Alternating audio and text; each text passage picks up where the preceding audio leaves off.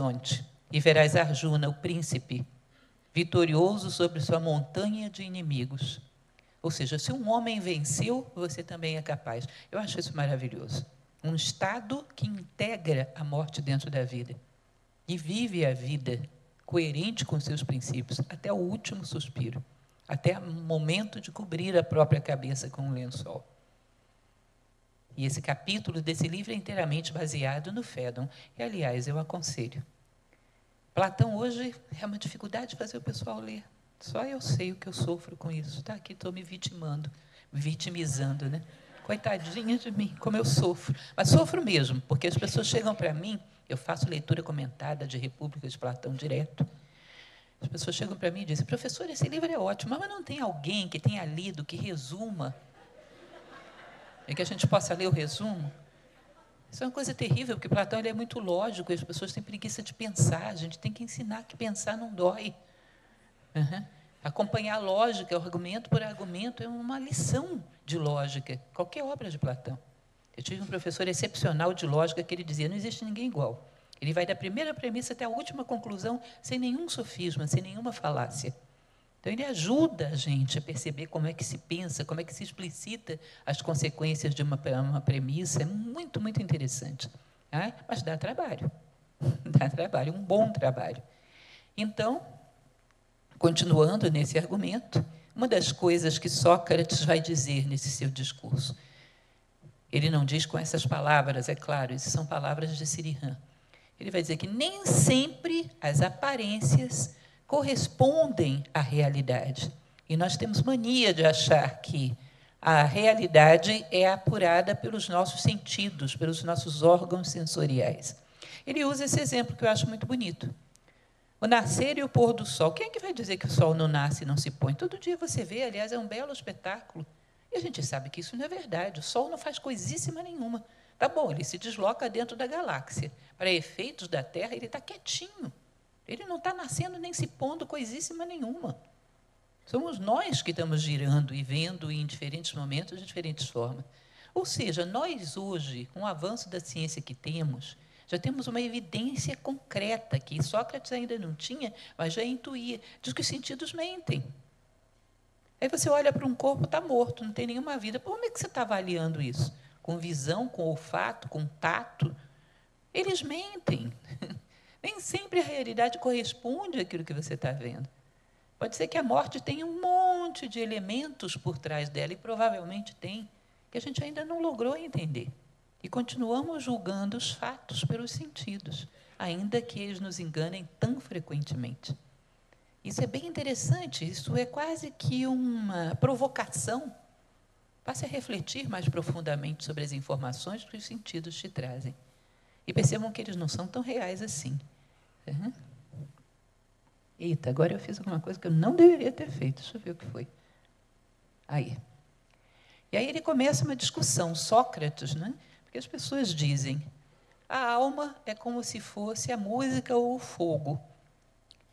Quando o cidadão está tangendo a cítara, a música existe. Acabou a cítara, acabou a música. Ou o fogo. Enquanto o lenho está ardendo, tem o fogo. Acabou o lenho, acabou o fogo. É a primeira discussão que Sócrates tem com isso. Você sabe que a voz de Sócrates nos diálogos platônicos é Platão, de fato, que está falando ali, né? Porque Sócrates nunca escreveu nada. E Platão diz, isso é uma das formas mais cegas de filosofia, porque não percebe a existência das coisas. Nós sabemos que não é assim. A música só existe quando alguém a interpreta. Não existe, por exemplo, o segundo movimento da Nona Sinfonia de Beethoven, que eu amo, nesse momento, embora ninguém esteja tocando aqui. Ele não existe. Não existe o fogo nesse momento, ainda que não haja nada ardendo. A gente sabe que existe. Todas essas coisas vão para um plano, que é um plano das ideias, segundo dizia Platão, que está bem acessível para nós. De vez em quando a gente evoca lá e recria aqui. Por que nós achamos que todas as realidades não são assim? Não vão para um determinado plano sutil, metafísico, e ficam lá esperando serem novamente evocadas. Seja uma mentira achar que a música é produto da harpa, assim como é uma mentira, segundo Platão, achar que a consciência é produto do corpo. Ela habita o corpo, assim como a música habita a harpa. Ela é um elemento que estaciona no corpo, porque tem aí um órgão que a decodifica, mas ela é mais do que isso. E aí eles vão argumentar, gente, concordando ou não com isso, é importante que vocês percebam. São homens que utilizaram todas as suas ferramentas para verificar por paralelismo como é que a natureza trabalha. E para fundamentar a sua crença ou não crença nas coisas. São homens que não creem porque todo mundo crê. Creem porque têm uma reflexão e uma experiência que eles não consideram como definitivas, mas são o melhor que eles lograram entender da vida. Um Platão, um Sócrates, não se achavam donos da verdade, mas estavam procurando o tempo todo entender as leis da vida, para aplicar a própria vida e as próprias questões. E, com isso, desenvolver uma resposta própria, e não uma resposta pronta, clonada, do momento em que eles viviam. Isso é admirável e digno de ser copiado. Criar ideias próprias a partir da tua observação da vida. Cuidado com aquilo que eu costumo chamar de fenômeno Faustino Xavier.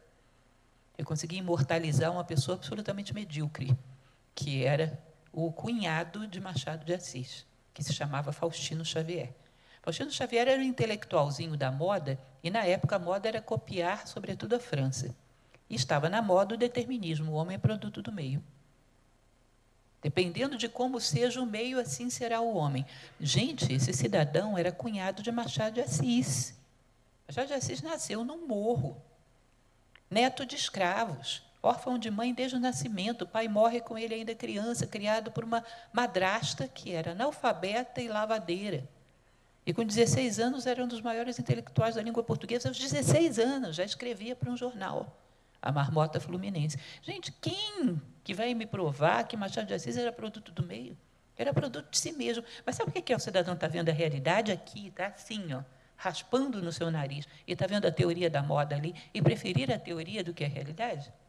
Isso era Faustino Xavier, grudado em Machado de Assis. E acreditava que o homem é produto do meio.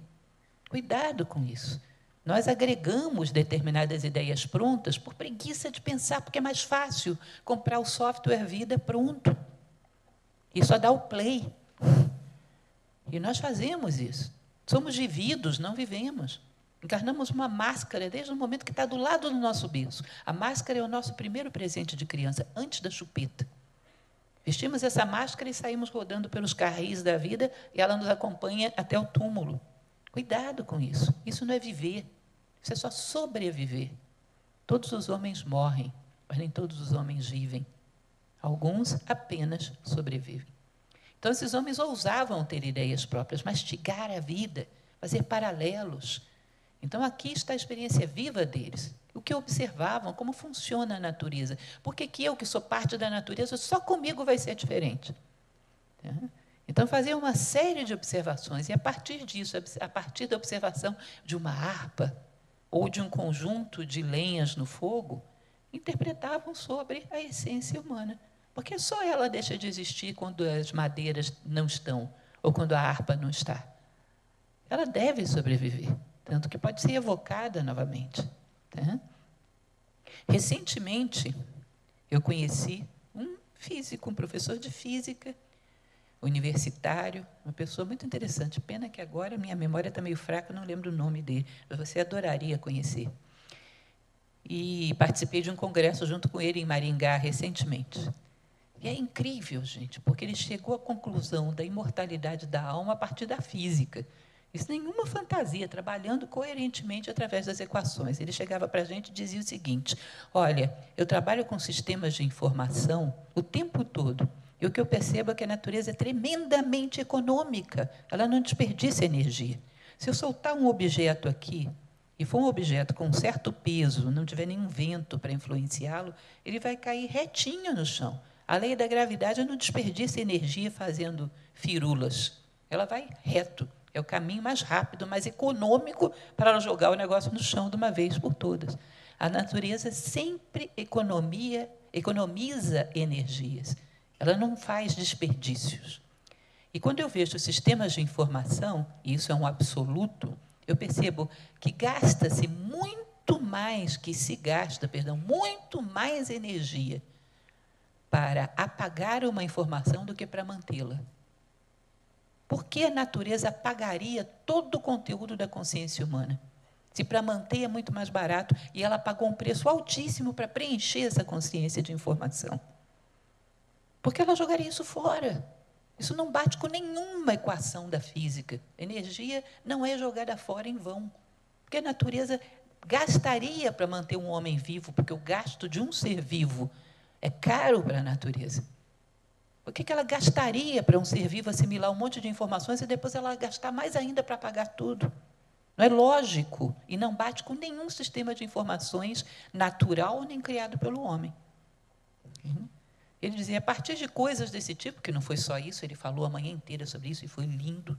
A partir de coisas desse tipo, eu concluo, a consciência humana não deve se apagar, ela deve permanecer. E a consciência é o olho da alma, nada mais do que isso. Percebem o que é isso? Embora ele não saiba, ele acha que ele é físico, mas ele é filósofo, aquele cidadão.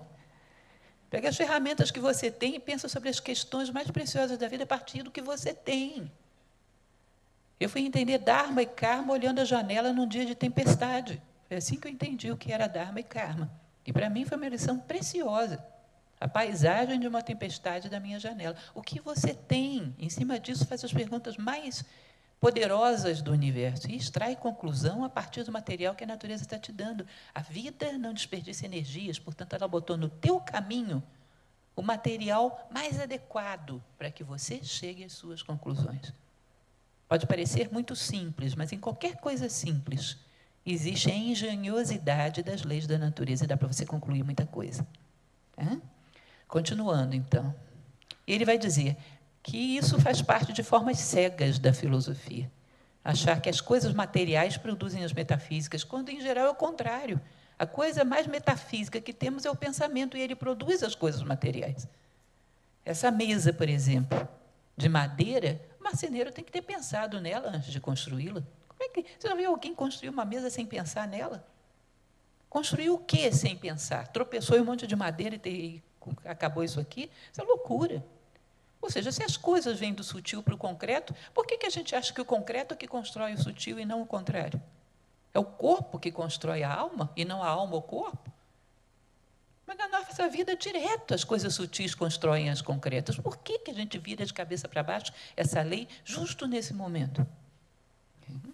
E essa mesa pode deixar de existir como mesa, mas como ideia na mente do marceneiro, provavelmente não. Ele vai lembrar dela a vida inteira. Tem um determinado momento, no final da República de Platão, que ele conta o mito de Er. E o mito de Er, tem um monte de gente que diz que esse último capítulo da República não é de Platão, porque não tem nada a ver com a lógica dos outros, e blá, blá, blá. Conversa fiada, é dele mesmo. Platão tem momentos muito místicos. Quem não acredita nisso, que leia lá o Timeu e o Crites. E nesse mito de Er, ele fala de um homem que morreu, caiu tombado, morto numa batalha, e, de repente, quando ninguém esperava mais, ele levanta e vem contando as histórias. Aí ele fala de todos os deuses gregos, que um deles teria chegado para ele, que era Ares Marte, teria dito, olha, você olha tudo que tem que olhar aí, mas você vai voltar. Você tem que contar a história. E aí ele fala das pessoas escolhendo as suas experiências futuras. Platão era reencarnacionista, para quem não acredita. Não estou querendo que vocês acreditem nisso, mas ele era. De qualquer forma, o argumento é interessante. Ele diz os homens escolhendo os seus futuros destinos. E ele fala que as experiências futuras são exatamente aquelas que você necessita para crescer, e que as passadas também foram, e inclusive a morte. É uma experiência que você necessita para crescer. Aí eu vou pegar emprestado a tradição tibetana, o Bardo Thodol, o livro tibetano dos mortos. Alguém conhece esse livro? O Bardo é o máximo, gente. Você já leu, Sarinha? Aquilo é demais. Não sei se você leu com a introdução de Carl Jung, que a introdução é quase que um livro à parte, de tão boa que é. Desculpem, mas eu sou uma grande admiradora de Carl Jung. E esse livro ele diz que se o homem, entre muitas coisas que ele diz que é complexa, essa é muito interessante, se o homem fosse capaz de extrair a essência da experiência que ele vive e esquecer o preço que pagou por elas, talvez a morte não fosse necessária. Nós criamos a necessidade da morte. Sabe por quê? Aí eu vou contar para vocês o caos que eu criei para explicar isso, que é a história do suco de laranja. Suco de laranja, dizem alguns, eu estou na presença de médicos, não quero me comprometer, mas dizem alguns que ácido ascórbico faz bem para a gripe. Não aposto nisso, não sei, mas parece que faz mesmo, que de vez em quando eu tomo e melhoro. Enfim, você vai lá, espreme as laranjas, toma o suco. Esse suco passa a integrar o seu corpo. Você passa a ter mais resistência para a gripe. Ou seja, você tomou a essência, integrou como teu, responde melhor à gripe e vai embora. Você não sai carregando as cascas da laranja para mostrar para todo mundo, olha o trabalho que eu tive. Já imaginou? Um saco arrastando. Chega um determinado momento que esse saco vai ficar tão pesado que você não consegue mais avançar. E quando você não consegue mais avançar, diz o bardo, não é culpa minha, tá? Culpa lá dos tibetanos, escrevam para eles. Diz o bardo que, quando nós arrastamos um saco tão grande de traumas, de amarguras, de pesos, que não conseguimos dar mais nenhum passo, nós escolhemos morrer, a vida só executa. Porque a vida é inteiramente pedagógica. Se você não tem mais condições de aprender nada, acabou. Agora, se fôssemos capazes de deixar para trás as cascas, as embalagens, o que pagamos pela experiência e só retivéssemos a essência, talvez não precisássemos da morte. Então, voltando tudo ao início, ao mito de Er. O homem escolhe o seu futuro por necessidade de experiência, e, inclusive, a morte é uma necessidade de experiência, para que ele saia e retire só o sumo. Vocês percebem que a gente é tão engraçado que, às vezes, a gente espreme, tem aquele trabalho, fica com a dor na mão porque espremeu laranja, reclama, xinga a laranja e não toma o suco e vai embora carregando só as cascas? Ou não acontece isso? Você briga com o vendedor, está caro, está caro, está caro, paga e deixa a mercadoria em cima do balcão. Nós somos assim. Ficamos amargurados com as dores que a vida dá e, às vezes, não aprendemos, não pegamos o sumo da experiência. É uma coisa meio louca isso. Mas, enfim, o fato é que ele vai dizer que, nessa história de Er, mostra-se exatamente que até a morte é uma experiência necessária para a vida. E que nós evocamos a morte como uma necessidade para crescermos. Inclusive porque a consciência se dá por contraste. E no contraste entre a vida e a morte, a gente começa a pensar sobre qual é o sentido da vida, porque senão não pensaríamos nunca. Às vezes, com a morte, não pensamos. O que vocês acham? Cá entre nós, uma pequena fofoquinha. Por que vocês acham que as pessoas detestam falar sobre morte? Sai para lá, ave agourenta. Que assunto. Porque a morte obriga a uma tomada de consciência que elas não querem ter. Perceba, essa é a teoria do contraste, que também é indiana. Né? No contraste entre duas cores, você percebe ambas. Se o universo inteiro fosse, sei lá, azul, ninguém perceberia o azul. No contraste entre o som e o silêncio, você percebe o som e o silêncio. Se soasse uma nota musical o tempo todo no universo, você não a perceberia. No contraste de uma pessoa que você tem e que perdeu, você percebe o valor daquela pessoa. Ou de uma cidade que você morou e mudou. O contraste gera consciência. Daí o contraste entre vida e morte faz com que você pare para pensar o que realmente tem valor na vida. Daí que Marco Aurélio, que era um grande filósofo, dizia, tome a morte como conselheira. Se eu fosse morrer amanhã, o que eu estaria fazendo agora? Imaginem vocês, se eu te perguntasse, se eu fosse morrer amanhã, o que você estaria fazendo agora se fosse morrer amanhã? E você tivesse a tranquilidade de me dizer, eu estaria aqui, sentado, ouvindo essa palestra e procurando aprender o máximo possível. Isso é uma pessoa que sabe o que está fazendo. Em geral, quando a gente faz essa pergunta, a pessoa tem vontade de sair correndo para outro lugar. Por que você não está no outro lugar, então?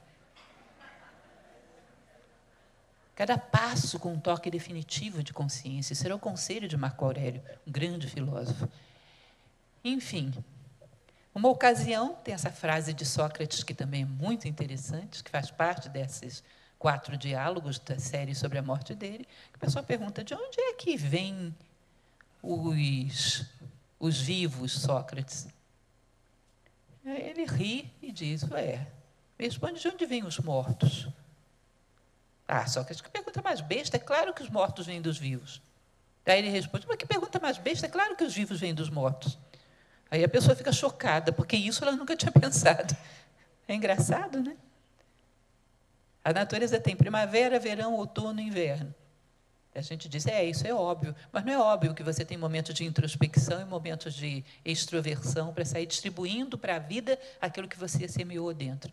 Momento de vida interior e vida exterior. Não, isso eu nunca tinha pensado. Está faltando a gente estender as nossas percepções para o todo. Como ele diz que as mesmas leis regem o todo. É claro que também Sócrates era reencarnacionista e eu não estou aqui para vender esse peixe. Mas o que eu mostro para vocês é que esse pessoal estava observando as leis da vida o tempo todo e querendo aplicá-las, querendo entender a vida a partir das suas observações. Qualquer coisa que te aconteça. Aliás, deixa eu falar uma coisa para vocês que é danada. Praticada, testada, selo de qualidade. Faça uma pergunta para a vida. Depois passe, sei lá, uma semana observando tudo que te acontece, porque a vida te responde de forma simbólica. Às vezes mais sutil, que é o normal, às vezes mais explícita. Quando ela responde de maneira mais explícita, cuidado, é porque você não está ouvindo a forma sutil e ela apelou. É verdade, é verdade. Me lembro que uma vez eu estava na dúvida se eu ia ou não para Belém do Pará fazer Nova Acrópole, que de fato fui e fiquei 2 anos lá. Naquela dúvida, será que o meu lugar não é aqui? Será que o meu lugar é lá? Não sei o quê. E estou naquela, estou dirigindo meu carro, naquela dúvida, de repente, pum, uma fechada de um caminhão. Quando eu olho uma arara toda colorida, Nova Amazônia, eu falei, tá bom. Sinal de que eu estou bem burra. Mas coisas excepcionais, em geral, são coisas sutis, simplesinhas. Mas a vida responde mesmo, façam. Depois me digam se não funciona. A vida é toda simbólica. O símbolo é a linguagem da vida. Se você observa, você começa a estar na dúvida se não tem um interlocutor oculto nos bastidores comunicando com você. Porque é muito lógico, parece ter. A vida é simbólica. Tá? Ele vai dizer, sono e vigília, os opostos se geram. Isso não é lógico? A pessoa que está desperta, daqui a pouco está com sono. A pessoa que está com sono, daqui a pouco está com vontade de acordar. A pessoa que está no frio está reclamando que é o calor. A pessoa que está no calor está reclamando que é o frio. Né? Os opostos se geram, um nasce do outro. E ele diz, será que a vida e a morte não são a mesma coisa? Fica como uma hipótese. Era um homem que estava refletindo. E ele, inclusive, é muito raro que Platão faça isso, porque, em geral, ele demonstra as suas hipóteses. Essa aí, ele diz, é uma ideia sugestiva a ser refletida por outros. Ele deixa como proposta, como sugestão de reflexão. Bem raro. Provavelmente porque ele não queria colocar a conclusão dele, que poderia chocar um pouco a plateia. Então, ele deixa que cada um chegue à sua. Mas o mito de Héra é um bom rastro para saber como Platão pensava a morte. Último capítulo da República. Continuando. É um outro argumento de Sócrates. Ele vai dizer o seguinte... Você pode perceber as dualidades do mundo, porque o mundo é todo dual por definição. Você encosta numa coisa macia, você encosta numa coisa dura. Você toca uma coisa quente, você toca uma coisa fria. Você sente cheiro, você ouve sons agudos, sons graves. Ou seja, os seus sentidos tocam os opostos na natureza. Mas os teus sentidos não tocam a justiça, a fraternidade, o amor, a bondade, que são as coisas mais importantes da vida. Elas não podem ser tocadas pelos sentidos. E ele diz, essas coisas não são duais. E o pessoal não está percebendo que tem alguma coisa especial nisso. Porque qualquer coisa que você pegue no mundo material é dual. Tudo tem o seu oposto. Tudo. Se você pega um negócio que não é dual, o que é isso, gente? O que ele está fazendo aqui? Não é desse mundo. E se ele não é desse mundo, de que mundo ele é? Será que eu não posso entender esse outro mundo? Será que eu não posso me aproximar dele? Ele vai dizer, olha, amor não tem oposto. Não vem com essa conversa fiada de que o oposto do amor é ódio ou indiferença, ou seja o que for. Os defeitos, etimologicamente, vem de defecto, latim. Sabe o que é defecto? Vazio, buraco. É a ausência de amor e não o seu oposto. Bondade não tem oposto, existe vazio de bondade, vazio de amor, vazio de justiça, mas não o oposto. Essas coisas não têm oposto, elas são unas, são absolutas. Como a lei do mundo é dualidade, aquilo que é uno não é do mundo. E como você tem essas coisas dentro de você, tem algo em você que não é desse mundo. Não é uma conclusão interessante? Existe uma passagem platônica no outro diálogo que eu acho linda demais, que ele diz o seguinte, que como único atributo divino que a gente pode conceber é a unidade, porque se ele é um absoluto, ele tem que ser uno. Porque se tiver mais alguma coisa além dele, tem dois, ele e essa coisa. Ele perdeu a condição de absoluto. Ou seja, não pode haver uma cadeira fora de Deus, porque senão perdeu a condição de absoluto. Tem duas coisas, ele e a cadeira. Então, o universo inteiro está dentro dele. Perdão, minha voz hoje está péssima, acho que eu andei abusando dela. E não foi cantando, não. Então, ele dizia, o atributo de Deus é a unidade. Você quer saber onde é que tem pegadas de Deus no mundo, rastros de Deus no mundo? Olha onde tem unidade. Aí eu uso sempre esse exemplo, quando você pega, por exemplo, um pôr do sol. Está faltando alguma cor no pôr do sol? O que você acha? Um pouquinho de vermelho mais ficaria legal, Marconho? Está amarelo demais, podia dar uma reduzida. Amarelo não é a cor da moda, botar mais laranja. Não tem isso. Não tem isso. No pôr do sol não falta nada, nem sobra nada. Isso é sinal de que ele é uno. É sinal de que, através do pôr do sol, você pode perceber atributos de Deus. Surpresa minha, o dia que eu entrei, depois de fazer essa reflexão, de ler isso no Platão, eu entrei um dia no Google Imagens. Olha como o filósofo vai ser desocupado.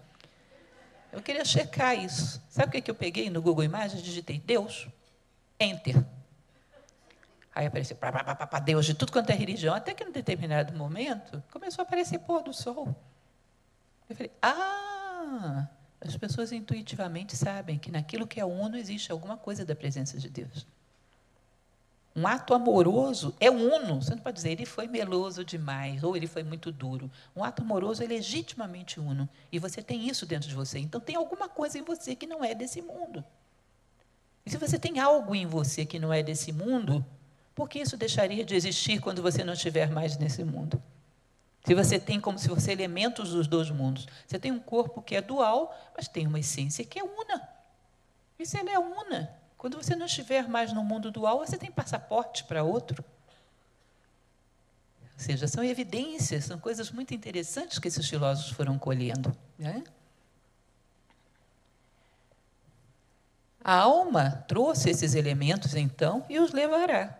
Eu disse, se ele não é dual, ele não é desse mundo. Ele veio com você. Se ele veio com você, quando você for embora, tem que levar. Lembra aquela frase do avião? Não deixe a bordo as bagagens que você trouxe. A vida, quando formos sair daqui, talvez tenha uma aeromoça nos dizendo isso. Não deixe nenhuma bagagem a bordo. Que você leve com você todos os seus pertences. A gente trouxe esses elementos à vida, provavelmente vamos ter que ir embora com eles. Nos pertencem, talvez sejam a nossa própria essência. Talvez a nossa essência seja constituída disso. São as sementes de ouro que Platão falava de reminiscências, aquilo que levamos da vida, o quanto exercitamos a nossa consciência para cada vez mais saber aquilo que somos. Você entendeu essa ideia ou ela é complicada? Para Platão e um bando de gente, que não vou citar nome aqui para não estender a história, dizia que o processo de evolução do ser humano, sabe o que é? Você tomar consciência daquilo que você sempre foi. A evolução do homem é simplesmente o deslocamento da luz sobre as trevas. Ou seja, eu sempre fui amor, justiça, honestidade, integridade, só que eu não sabia.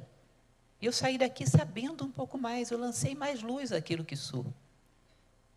É como se você imaginasse, uma pessoa está faminta, tem dinheiro no bolso, mas não sabe. O que vai adiantar isso? Vai continuar faminta. Nós temos amor, fraternidade, honestidade, isso resolve os problemas do mundo, mas não sabemos. Portanto, continuamos com os problemas do mundo.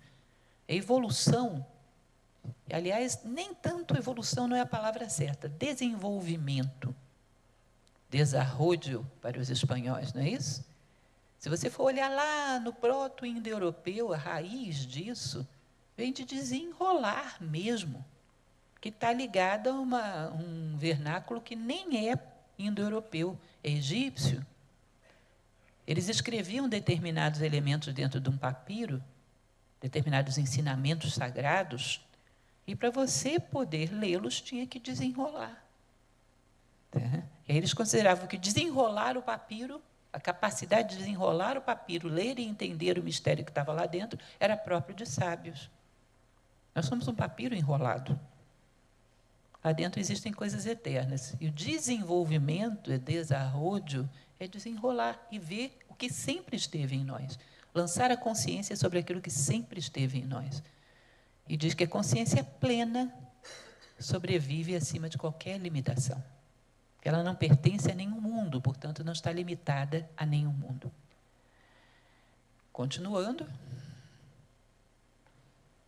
Aí vem Aristóteles, também com uma colocação que é bem interessante sobre isso. Sou filósofa, portanto, eu tenho que pegar filósofos e provar para vocês que eles não são chatos, inclusive eu mesma. Eu não sei se eu estou sendo convincente, né?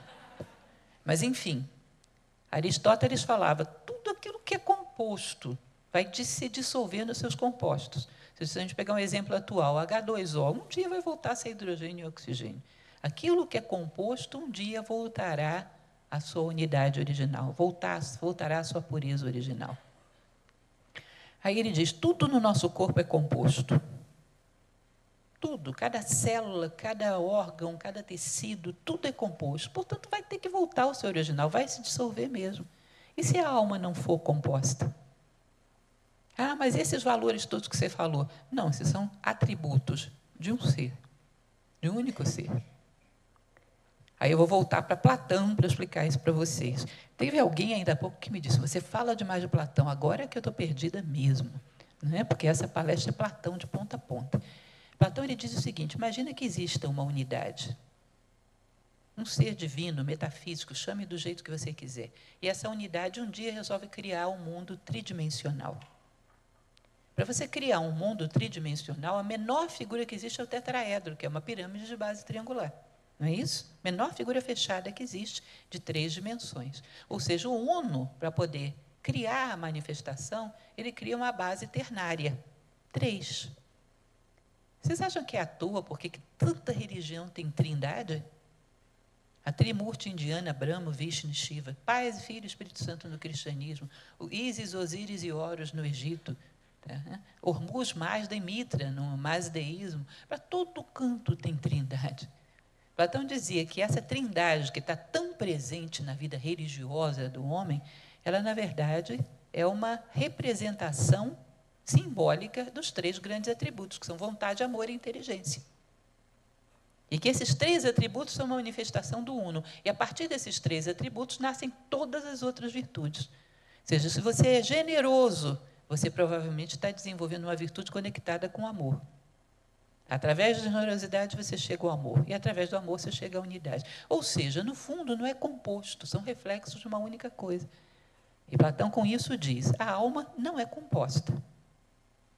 No caso Aristóteles, não é nem Platão, a alma não é composta. E, portanto, se ela não é composta, você vai dissolvê-la como? Em quê? Ela é insolúvel.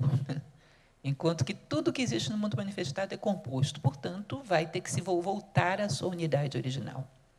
Mais uma observação que ele faz a partir da observação da natureza. E isso é um atributo da vida. A vida é assim.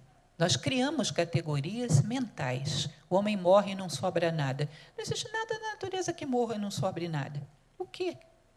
As coisas mais simples vão perdurar de alguma maneira e vão continuar gerando vida, tanto no plano físico quanto no plano metafísico. Um valor que um homem teve, por exemplo, Platão, a gente está falando dele hoje.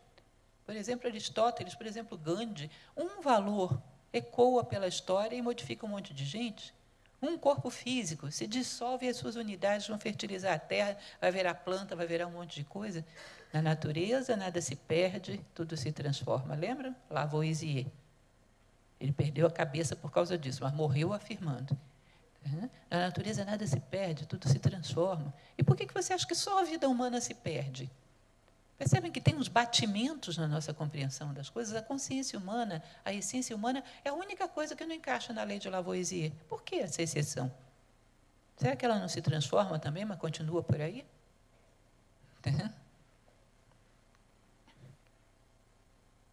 Sócrates, ao fechar a sua experiência de despedida da vida, ele diz, adquiram virtudes e sabedoria em vida. Ou seja, a vida é uma experiência onde você veio coletar isso Não esqueça o que você veio fazer aqui no meio do caminho. Mais uma vez, aquilo que falamos na palestra anterior, construa a tua barca. De tal maneira que, quando te tiram o corpo físico, você não teme, porque a tua consciência tem uma barca para continuar viajando. Não percam tempo. Aquela tabelinha que eu pedi para vocês fazerem é para vocês não esquecerem, não tirarem o olho da bola, para usar exemplo de futebol, porque aí brasileiro entende fácil. Não tira o olho da bola, você veio aqui para construir a si próprio. A natureza não precisa que você construa coisas, meu caro. A gente construiu máquinas voadoras maravilhosas. Olha, a natureza está cheia de cometa voando para quanto é canto, planeta, tudo está voando. Para que ela precisava de você para fazer isso? Nós vamos construir máquinas que voam à velocidade da luz. Ela construiu a velocidade da luz, meu caro. O que será que a natureza espera de você?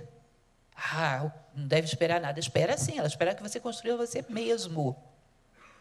Porque tem uma lei que ela não pode revogar, que é a lei do livre-arbítrio. Você só pode ser construído por si próprio. Aliás, vamos fazer um abaixo-assinado para revogar a lei do livre-arbítrio? Vamos? Porque era muito mais fácil. Precisava um mestre de sabedoria e rebocava todo mundo. Não era fácil? Só não deve ser bom, mais fácil é. Enfim, percebam que a natureza espera que o homem construa a si próprio. É isso que ela espera de um ser humano. Essa é a grande obra. E, através da construção de si próprio, dá exemplo a outros. Conhecimento só tem valor quando se converte em vida. E o máximo conhecimento do homem seria a construção de si próprio. Só é útil o conhecimento que nos torna melhores, dizia Sócrates. Então, um filósofo autêntico é aquele que tem a sua mente direcionada. Eu estou 10 minutos? Ai, meu Deus do céu. Tem que correr. Tem a sua mente direcionada para a verdade e a virtude. Já está até ali os 10 minutos.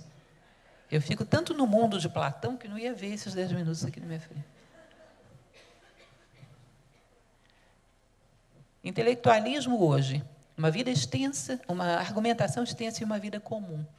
Isso é uma das coisas pelas quais Nova Acrópole retomou para si a filosofia. Porque nós acumulamos uma quantidade de coisas sem qualidade, sem profundidade. O conhecimento não é aplicado à nossa vida. Uma vez concluída a universidade, eu vivi um problema pessoal muito grave.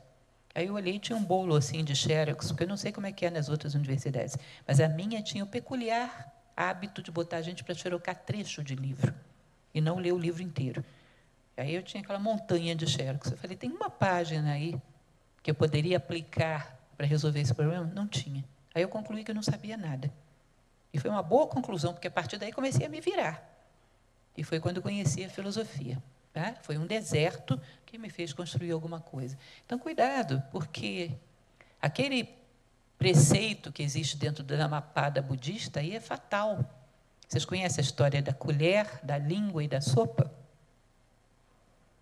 O budismo diz: tem homens que conhecem a sopa como a colher conhece a sopa. Está grudada com ela, mas não sabe nada da sopa. Pergunta para a colher, a sopa é salgada? Sei lá. Ela tem gosto de quê? Ela está temperada? Não sei.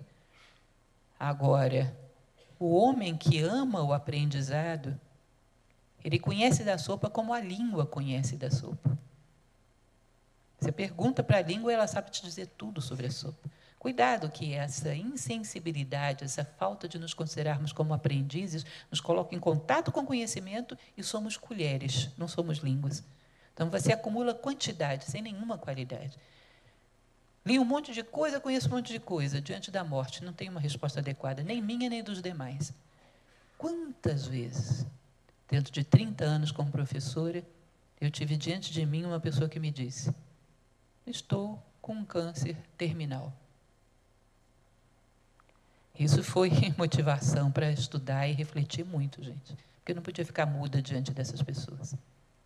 E situações graves de vida também, não necessariamente de morte. Mas a filosofia não serve para te responder os pontos cruciais da vida, para que serve a tal da filosofia? Ou seja, cuidado, nós temos muito conhecimento, como colher ou como língua. E isso já dizia Platão, cuidado com o acúmulo de informação que não se converte em vida. A verdade produz mudança no interesse, desde os sentidos para o nobre e autêntico. Comumente voltada para a verdade e a sabedoria, o filósofo está preparado para morrer. Porque E sabedoria significa saber dar resposta à vida. Sócrates dizia, age para que eu te veja. Ele não diz, me dá a sua referência bibliográfica. Ou seja, o que você sabe, eu tenho como saber. Age que eu vou ver como você responde às circunstâncias da vida. E a morte é uma circunstância da vida. E já houve quem soubesse responder bem a ela. Portanto, o ser humano tem essa tecnologia dentro de si. Só detalhes, não vou entrar muito em detalhes, porque essa palestra, em geral, é bem mais longa do que hoje. Sócrates condena o suicídio. Ele diz que o mundo é uma prisão de ignorância, mas não devemos nos evadir sem permissão. Ele não se evade da prisão, mesmo tendo sido condenado injustamente. Ele disse, a vida inteira eu respeitei as leis, quando eu sou vítima dela, eu vou negá-las, isso seria incoerência. Tem um diálogo inteiro, que é o Críton, seu discípulo tentando convencê-lo a fugir, vocês sabiam? Críton era o único discípulo dele que tinha dinheiro, não sei porquê, rico não gostava de filosofia. Mas Críton era rico. E chegou para ele e disse, olha, eu subornei o guarda, vamos embora fugir. Aí Sócrates começa a filosofar, pelo amor de Deus, Sócrates, filosofar agora não. Vamos fugir. Aí ele vira para Críton e diz, fugir de quê? Da morte, rapaz. Aí ele dá uma gargalhada e diz, meu caro, você já viu alguém fugir da morte? Eu tenho duas opções. Ou você caminha para ela, ou ela caminha para você. No meu caso, pelo bem da minha dignidade, eu prefiro tomar a iniciativa. Ou seja, por respeito às leis de Atenas, ele preferiu morrer com dignidade. Mas ele não recomenda fugir do palco antes que a vida tenha te dispensado disso. É uma forma de fragilidade, né? Uma forma de querer sair do jogo porque não está vencendo. Já imaginaram isso? Mais uma vez, falando com brasileiros, esse exemplo é bem compreensível, né? Um time está perdendo, o jogador arranca a camisa e sai do campo. Eu não jogo com quem está perdendo. O que você consideraria um jogador assim? Ou seja, não abandone a vida porque você não está sabendo lidar com ela. Isso é uma questão de honra e de dignidade.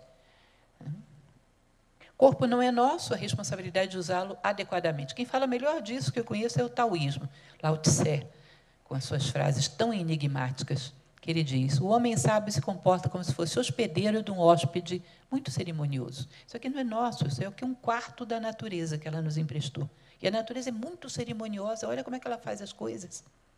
Portanto, comporte bem dentro da casa da natureza. Cuide desse corpo, porque ele não é teu, ele é um empréstimo, para que você viva uma experiência. E não cuidar bem dele é malversação de recursos públicos. Todo funcionário público sabe o que é isso. Tá? Viver adequadamente prepara para a morte. O filósofo não deseja a morte, mas acolhe-a bem. Não a provoca, mas acolhe-a bem. Ele sabe responder bem quando é momento de viver. Ele sabe responder bem quando é momento de morrer. E tem um elemento fundamental, só para fechar a palestra. Não vou entrar muito nesses detalhes, que nosso tempo não dá mais. O filósofo purifica sua inteligência e frutifica sua independência espiritual, ou mukti, liberdade. É um elemento muito interessante, que é a forma como você se habitua com a morte. Sabe como? Morrendo todo dia. Oh, agora ela enlouqueceu. É verdade. Sabe quando é que você não tem mais medo da morte? Quando você está subindo uma escada, todo dia morre para esse nível de consciência e nasce para o outro. Estou crescendo com a vida. E crescer com a vida significa morrer para esse patamar de necessidade de experiência e renascer aqui em cima. Se você morre e renasce todo dia, a morte é uma amiga íntima tua. E quando ela vem no final dessa vida física, você diz, opa, lá vem você de novo. Agora a viagem é um pouco mais longa, né? Vamos lá. E com certeza vai ser ascendente, como todas as outras em que você me levou até agora. Ou seja, se você morre e renasce todos os dias, você não vai temer a morte. E o que é morrer e renascer todo dia? Experimentem, coloquem como meta. Eu não vou dormir hoje sem refletir sobre o meu dia e encontrar um ponto que me faça crescer. Todo dia aprender alguma coisa. Coloquem como meta isso. Antes de dormir, vou refletir sobre o meu dia e vou aprender alguma coisa. Vai dar um pouco de insônia nos primeiros dias, mas depois vocês pegam um jeito. Todo dia vou aprender alguma coisa. Você vai ver. que você começa a se familiarizar com a ideia da morte e do renascimento. E quando ela vier como um toque definitivo, você já não tem mais medo. Quando o passado não mais domina, obscurece ou dirige o presente, somos um novo ser. Nesse momento, somos criações do passado. Quando aprendemos a morrer para um patamar de consciência e renascer no outro, não temos mais medo. Mas temos medo por quê? Porque somos prisioneiros do passado. Despejamos o passado sobre as coisas que vêm. Aí entra naquela condição lá do bar do Todó. Não aceita mais crescer. Vocês percebem que a gente faz isso? A gente não vê as coisas. A gente projeta sobre as coisas os nossos traumas e os nossos preconceitos. A gente vê a nós mesmos projetados nas coisas. Chega uma hora que não conhece mais nada. Vou conhecer uma pessoa nova. Como é que ela é? Ela trabalha então em profissão. Quem trabalha nessa profissão em geral não presta. Eu não gosto. As experiências são ótimas, são péssimas. Aliás, a minha avó já dizia. E lá se vai, a pessoa, quando chega, você já está com a máscara dela pronta, você não vê a pessoa. E as situações? Toda vez que eu faço isso, eu me dou mal. Não. Fazer viagem para não sei onde. Viagem é um saco. Entra no avião, tem criança chorando, alguém levou o gato. Você não vê mais nada. Você se projeta no novo, portanto, não vê o novo, tudo fica velho. Não tem mais aprendizado nenhum. Isso, logicamente, é uma pessoa que não está preparada nem para viver, nem para morrer. Aprender a viver te prepara para a morte, faz parte do pacote. Olhar as coisas, lembram do Marco Aurélio? Como se fôssemos morrer amanhã, mas também como se hoje fosse o primeiro dia da nossa vida. Não perdermos a condição de aprendizes. Olharmos com olhos de primeiro dia, mas com o toque definitivo de quem vai morrer amanhã. Não perder o ânimo de aprender o novo, não achar que já se sabe tudo e que não há mais nada para conhecer. Não rotular a vida, não rotular o outro, inclusive não rotular a si próprio. Pureza interna dá a mais alta qualidade no funcionamento de todos os aspectos do nosso ser. Essa pureza de quem quer aprender, de quem está aberto ao outro, desenvolve inteligência. A verdadeira inteligência, que é um dos maiores equívocos que a gente tem na sociedade. Achamos que as pessoas informadas são inteligentes. Às vezes cria tanto preconceito, tanto volume, que às vezes obscurece a sua visão e não consegue aprender mais nada. Eu digo para vocês de cadeira, já fui professora de muita gente. Às vezes a pessoa que chega e me diz, não sei nada de filosofia, é a que mais rapidamente assimila os conceitos. Sabe por quê? Deixa eu contar, mais uma fofoquinha, fofoca 2. Filosofia, em última instância, se vocês forem em Nova Acrópole, eles não vão contar isso para vocês, mas eu estou contando agora.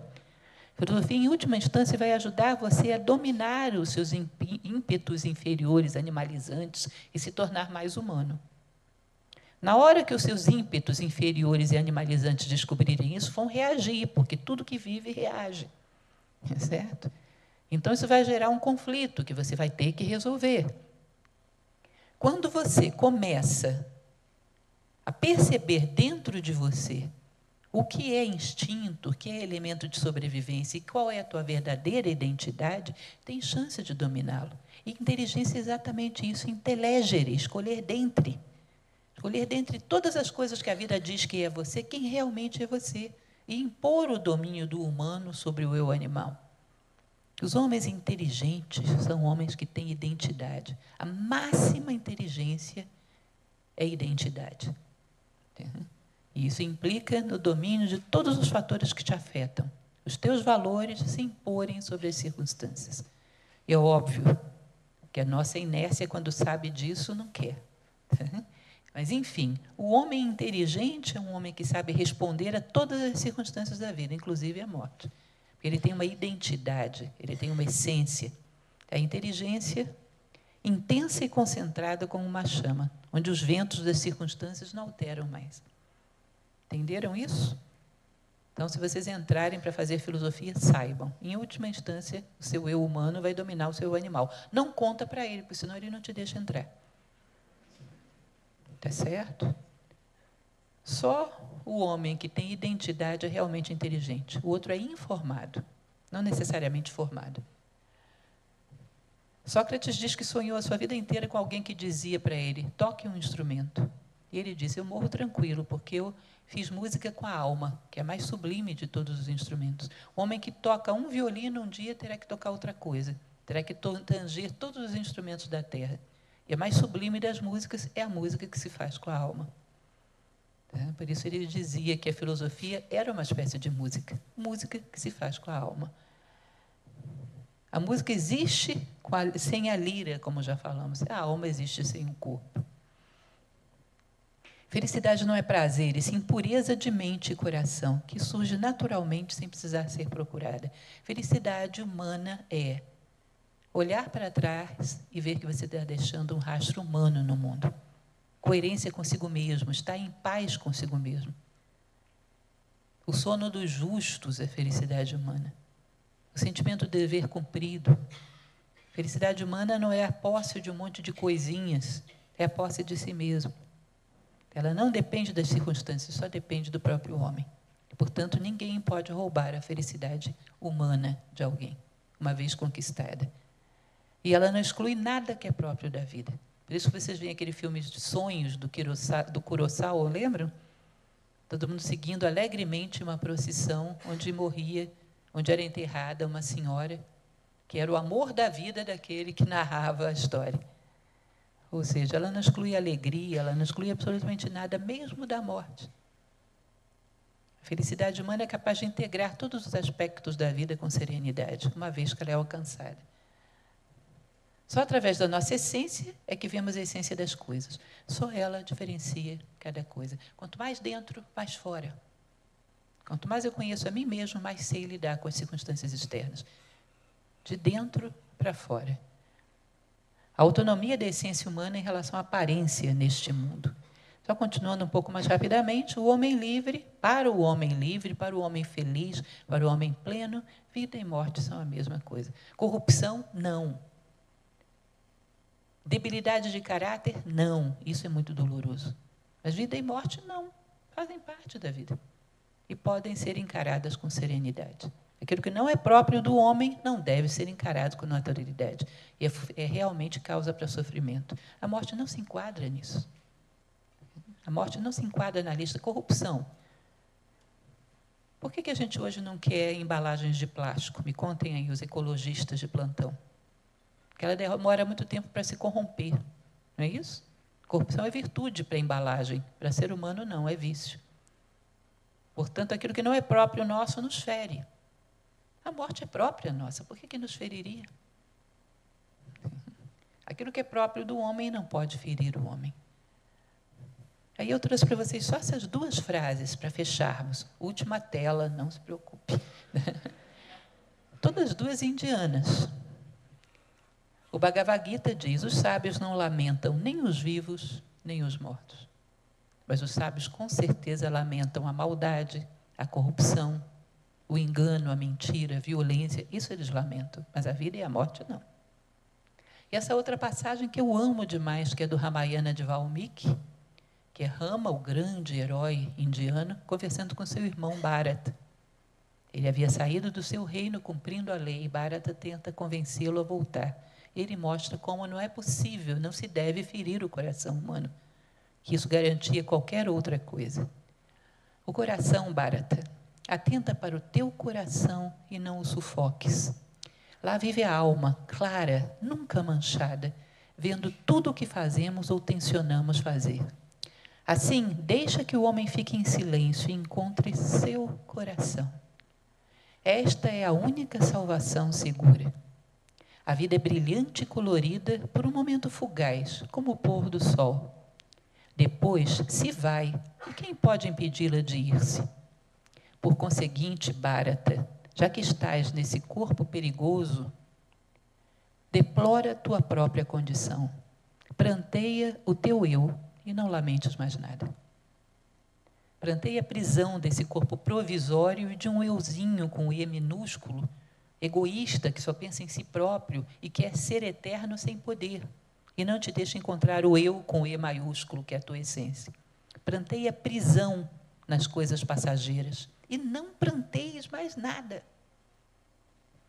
Não é interessante isso? Mas nada é digno de prantear, senão a tua prisão e a tua identificação com uma casca provisória, de onde nascem todos os males do mundo. Além disso, mais nada. A vida é fugaz e ninguém pode impedi-la de ir-se. Isso faz parte. O teu apego a uma prisão provisória não faz parte. Queres prantear alguma coisa? Pranteia isso. Isso é um dos grandes épicos da história da humanidade. Isso é um patrimônio, é uma herança nossa. Ou seja, houve quem um dia soubesse muito bem qual é a postura adequada diante da vida e diante da morte, que garante ao homem encarar a morte com sabedoria, com felicidade, com dignidade. E é isso, gente. Ficamos por aqui. Já passei bem dos meus 10 minutos, né? Obrigada.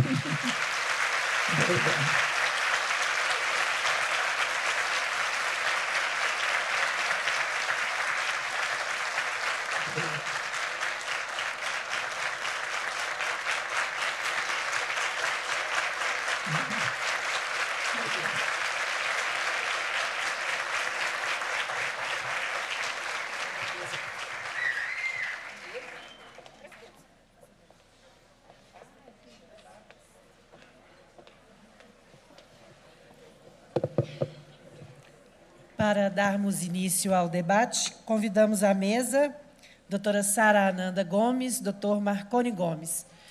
Pedimos aos participantes que se identifiquem antes da pergunta e que elas sejam objetivas para que mais pessoas possam participar. Obrigada.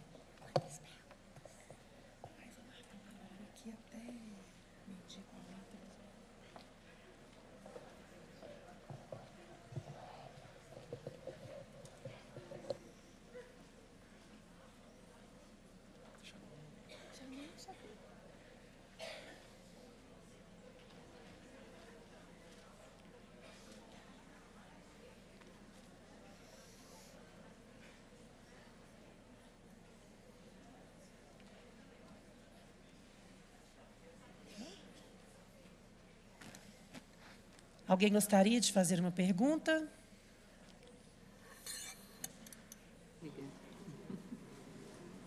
Todo mundo sabe tudo sobre a vida e a morte aí? Não tem nenhuma pergunta?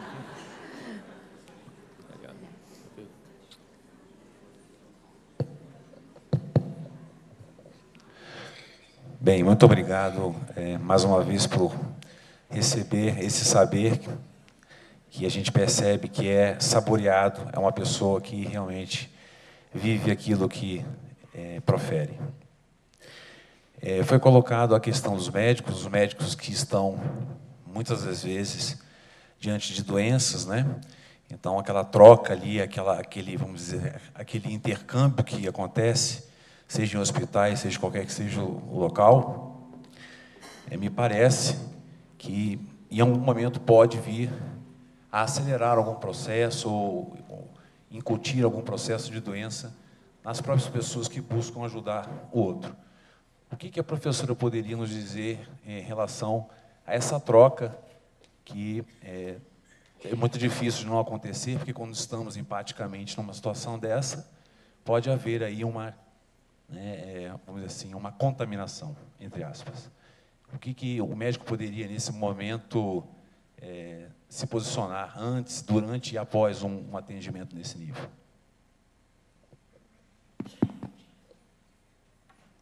Bem, é uma coisa bem interessante que um dia desses o nosso diretor nacional, inclusive, falava, foi publicado essa semana no YouTube, a respeito da educação de uma criança, e cabe bem nisso que você está falando. Ele dizia o seguinte: quando a criança brinca com o cachorrinho, ela tem que saber que ela recebe do cachorro a brincadeira, recebe o carinho, mas ela também tem que saber que tem que dar para o cachorro o alimento, o cuidado. Quando ela recebe o carinho e a atenção dos seus pais, sabe que os seus pais também necessitam receber dela o carinho e a atenção. A sua casa, quando ela é acolhida pela casa, ela tem que saber que ela também tem que dar os cuidados necessários para a casa. Nós temos que fechar o fluxo da vida. Esse é o fluxo da vida, onde nós damos e recebemos o tempo todo. E, se nós não educamos uma criança para isso, nós a desajustamos para isso. Nós vivemos hoje uma situação onde nós não sabemos muito bem fechar esse fluxo.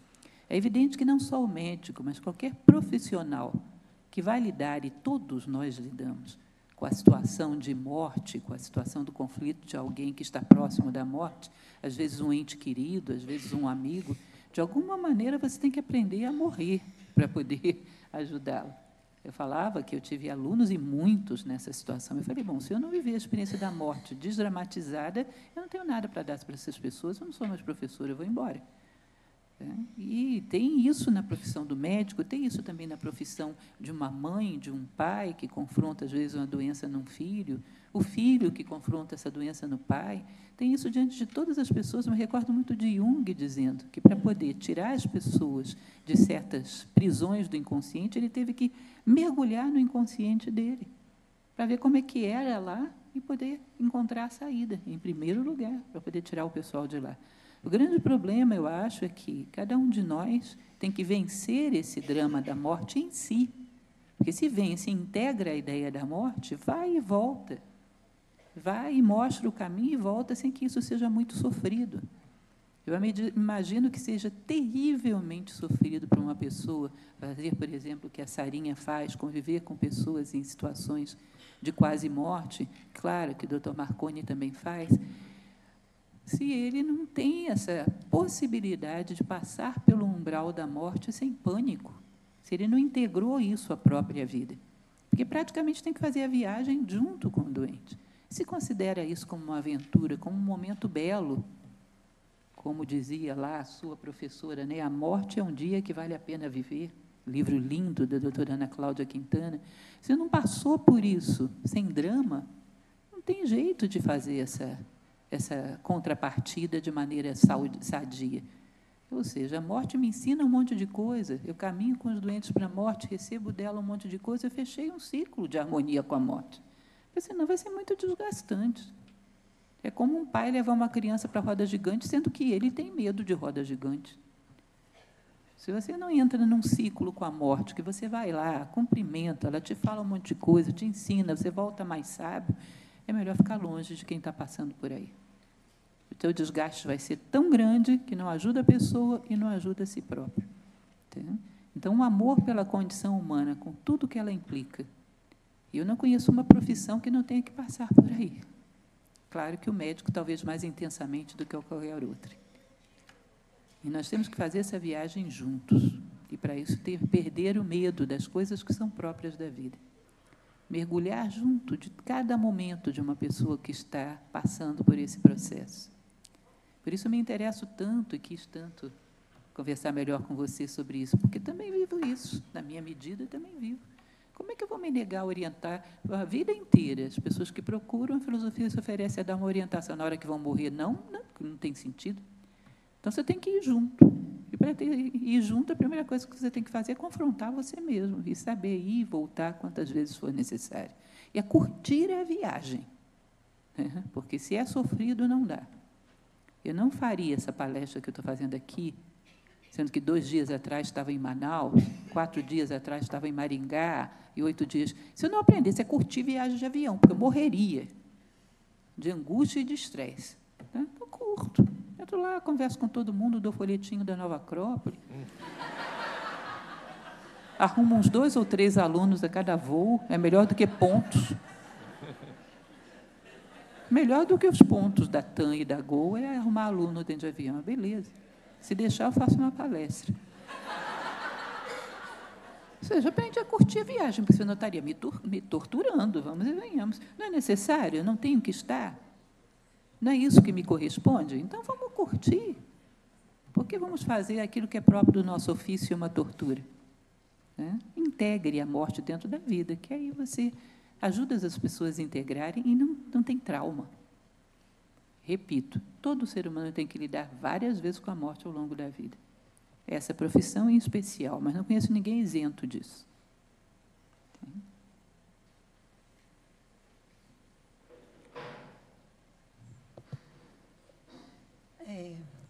Gratidão ao Marconi, meu colega, pelas várias vezes que me incentivou a escutar seus vídeos, com quem eu venho aprendendo. Eu quero compreender, professora, a senhora falou da trindade em várias religiões e da nossa dualidade. em que momento se deu essa necessidade da dualidade? E a senhora falou também da unicidade em nós. E também quero compreender como que a gente pode perceber melhor essa unidade e estar em conexão com essa unidade. Ó, gente, vocês estão vendo que ela provocou, portanto, eu tenho que responder. Porque essa é a pergunta mais complicada do mundo. Eu estou muito satisfeito que você tenha feito, porque é sinal de que é uma especulação filosófica, que significa, nós estávamos na unidade, para que viemos para a dualidade para depois voltar de novo? Essa é uma pergunta difícil, eu não sei se tem uma resposta satisfatória. Helena Blavatsky, que é uma grande filósofa, quando perguntavam isso para ela, ela mandava perguntar para a unidade, que ela não tinha nada a ver com isso. Nem Hermes, ninguém responde isso. Mas o que eu posso dar para vocês são algumas dicas que a gente percebe à medida que a gente vai comparando, estudando. Consciência não se dá por contraste? E quando é que nasce o contraste? Quando Deus se olha no espelho da matéria. É a dualidade primordial. De uma certa maneira, toda manifestação, e aqui estão as tradições indianas que não me deixam mentir, que são as que mais falam disso, a manifestação seria Deus se olhando no espelho. O espírito se vendo através da matéria. E é como se todos nós fôssemos terminais dessa consciência divina, que viemos ao mundo para colher informações e voltar à casa do Pai com os braços repletos de frutos. E depois que tudo isso é entregue, tudo isso é absorvido na unidade, o universo volta novamente a compactar no uno. Vocês já devem ter ouvido falar da década pitagórica, que eu não vou contar de jeito nenhum, porque é muito complicada, mas eu vou resumir. Só ela daria uma palestra. O universo é uno, primeiro é zero, né? É um pontinho vibrando dentro do vazio. Em determinado momento, esse ponto manifesta e é o uno. O uno se divide, forma a dualidade primordial, espírito e matéria. Para que o universo se desenvolva a partir daí, ele precisa do 3. Lembram da base do triângulo, que é espírito, matéria e forma.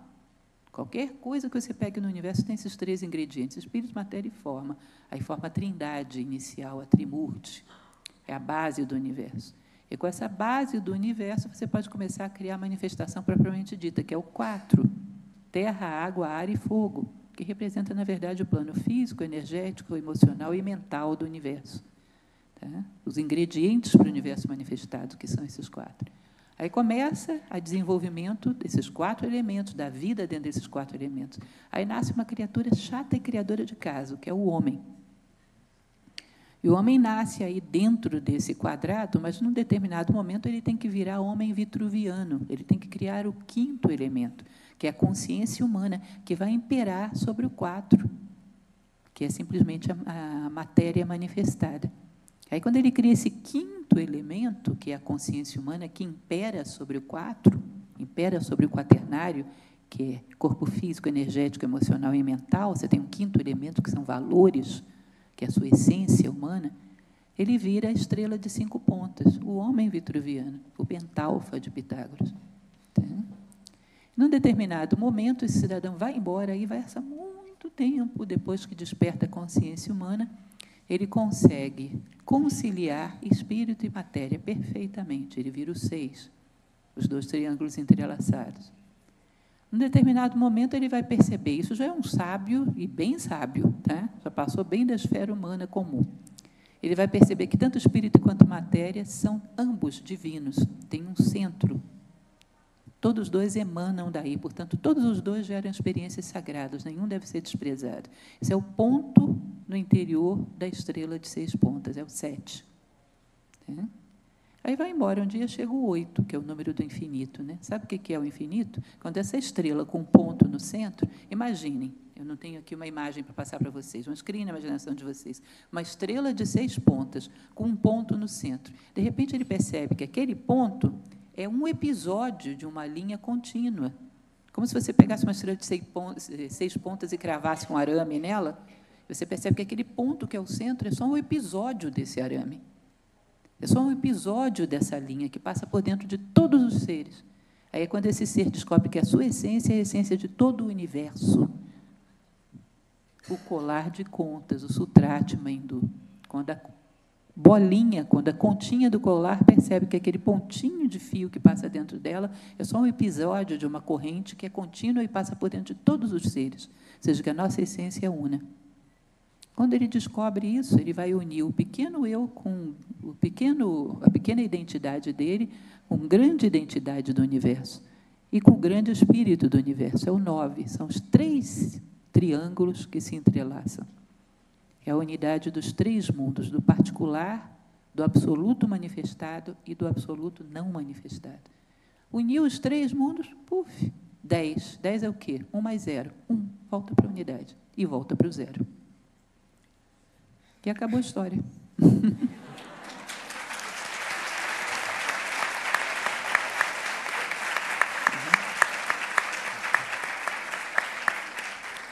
Eu resumi, viu, gente? Essa história é bem mais complicada.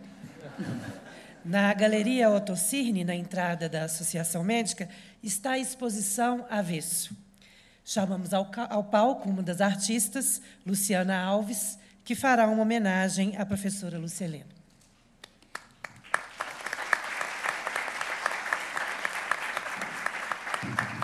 Só reitero, enquanto a Luciana sobe, o pessoal que tirou foto comigo, @Lucilena Galval. Adoraria ter vocês todos na minha página, tá?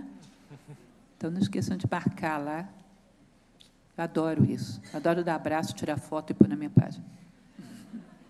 Pode falar. Gratidão, coração. Você sempre me doou, né, dos seus dons. Meu Deus do céu, não acredito. Muito obrigada por derramar o seu coração sobre nós. Olha que coisa mais linda, gente, olha.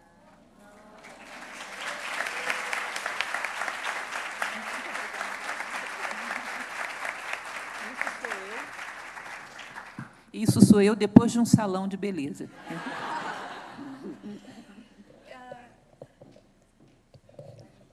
Eu, humildemente, gostaria de representar cada um de vocês, cujo coração bate emocionado pelos dons que são derramados nos nossos corações, com suas palestras, com seu conhecimento.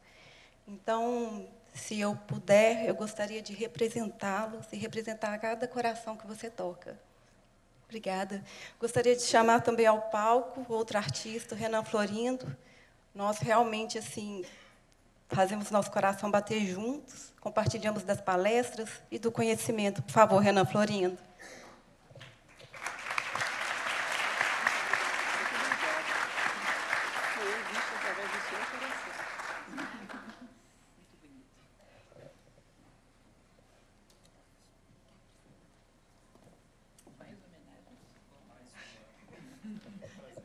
Gente, a exposição fala sobre o coração, tá? Então, é sobre o nosso avesso mesmo, e ela nos faz virar pelo avesso, né? Olhem que lindo.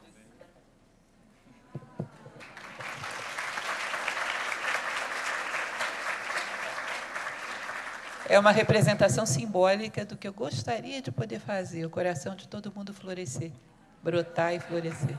Lindo demais. Muito obrigada.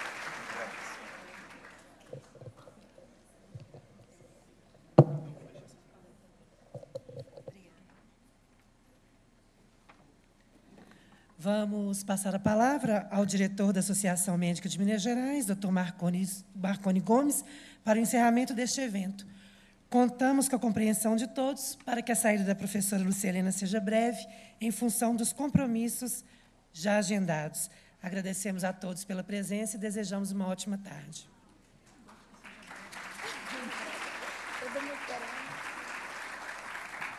Mas ainda dá para tirar uma foto ou outra. Caros amigos, muito obrigado pela presença de todos. Agradeço à presidente da Associação Médica, Marinês, por ter dado todo o apoio para que esse evento ocorresse. Na verdade, ele ocorreu no campo das ideias e hoje ele ocorreu e foi materializado nesse instante.